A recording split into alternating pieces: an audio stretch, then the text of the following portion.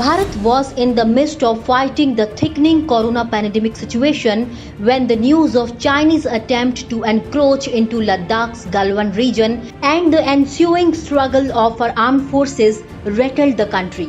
20 warriors of Bharatiya Army made a heroic sacrifice of their lives to safeguard their motherland.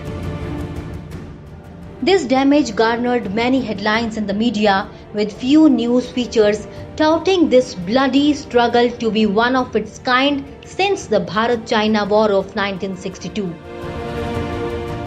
Some elements have questioned the gallant effort of Bharatiya Army and blamed Bharatiya leadership for lacking alertness and rigor. A microscopic examination of the history of these same elements reveals an interesting pattern. Coincidentally, this force comprises those very elements that went out to prevent BJP from securing a majority in the centre and defeating Narendra Modi.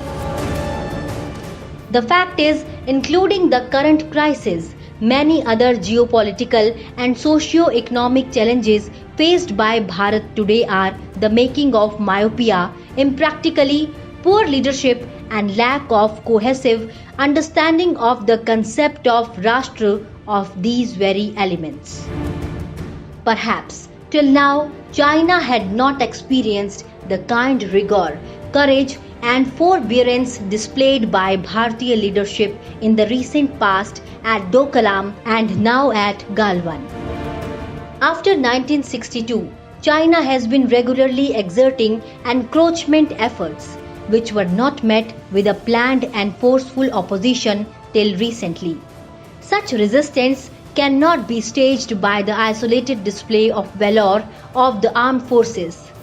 It is a synchronous effort of the political leadership and the armed forces, wherein strategic thinking at the leadership level is paramount.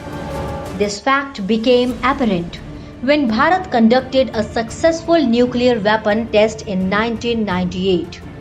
Bharatiya nuclear atomic scientists had completed their nuclear weapon development way back in 1994.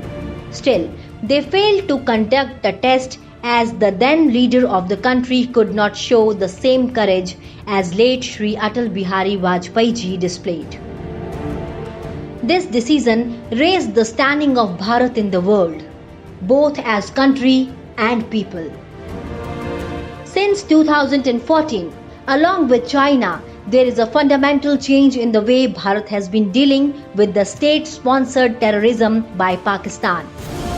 Uri airstrike, Balakot, Dokalam, Galwan and resistance of Pak-supported terrorism in Kashmir, all these events evidently testify the same challenge. Speedy border construction in previously ignored border regions and display of wisdom in reclaiming the rightful Bharatiya areas of Aksai Chin landmass that were formerly usurped by Pakistan and lately by China are indicators of firm, courageous and far-sighted national leadership. All these factors may have infuriated China, and therefore it is not surprising that the anti-national forces within our country are feeling unsettled with Bharat's current unnatural dealing with China.